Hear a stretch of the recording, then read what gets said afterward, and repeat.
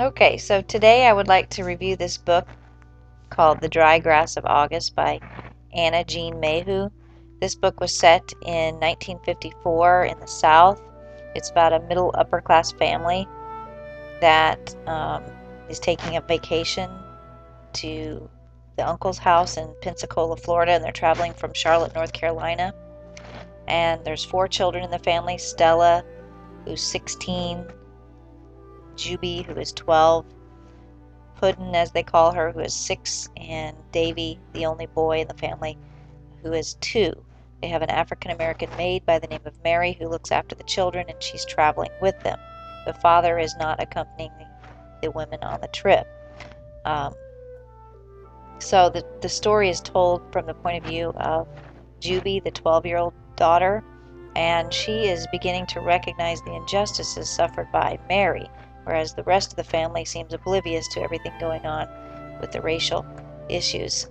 Juby seems to notice these things and points them out in the novel.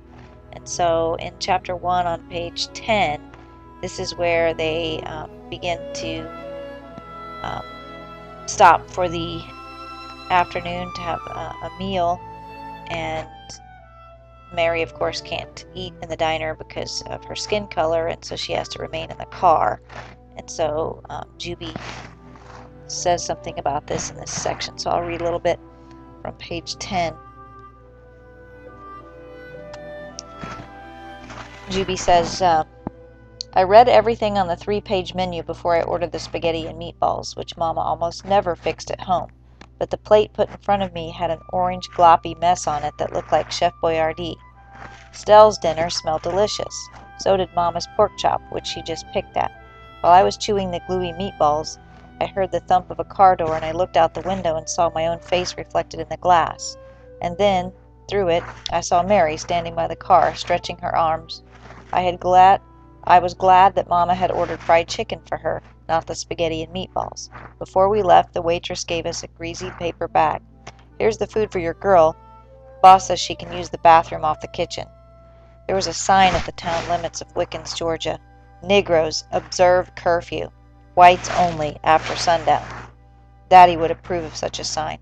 I hope Mary didn't see it. Her head was against the seat back, her eyes closed.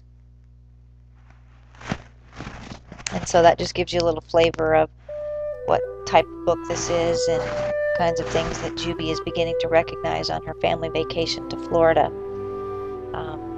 So, as I said, if you like the Kathryn Stockett book, The Help, you're going to really like this book, The Dry Grass of August. This is Mayhew's first novel. So that gives you a little idea of what the book is like.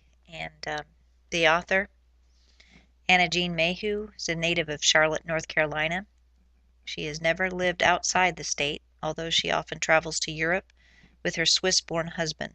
Much of AJ's work reflects her vivid memories of growing up in the segregated South. AJ has been a member of the same writing group since 1987 and is a writer in residence at the Weymouth Center of the Arts and Humanities and is a former member of the Board of Trustees of the North Carolina Writers Network. The Dry Grass of August is her first novel, so you might want to check it out. After I posted my review of Anna Jean Mayhew's book, The Dry Grass of August, on YouTube last year, I was surprised to discover that she contacted me personally and agreed to Skype with my Honors English 1 class. So here she is Skyping. Take a listen. Telling us about your experience as an author and your book, and we'll listen, and then we'll have some questions and answers at the end. Okay, great. I'm so glad you read at least the first 4 chapters, because that gives you a little bit of a background about me and about the South. The book is somewhat autobiographical, and as you think of questions, I'll be happy to talk more about that. I began taking myself seriously as a writer when I was in my mid-40s, but I had been writing since I was your age. I started writing in high school. I just didn't try to get anything published. And when I did try, I began to get published. It was quite a big surprise to me.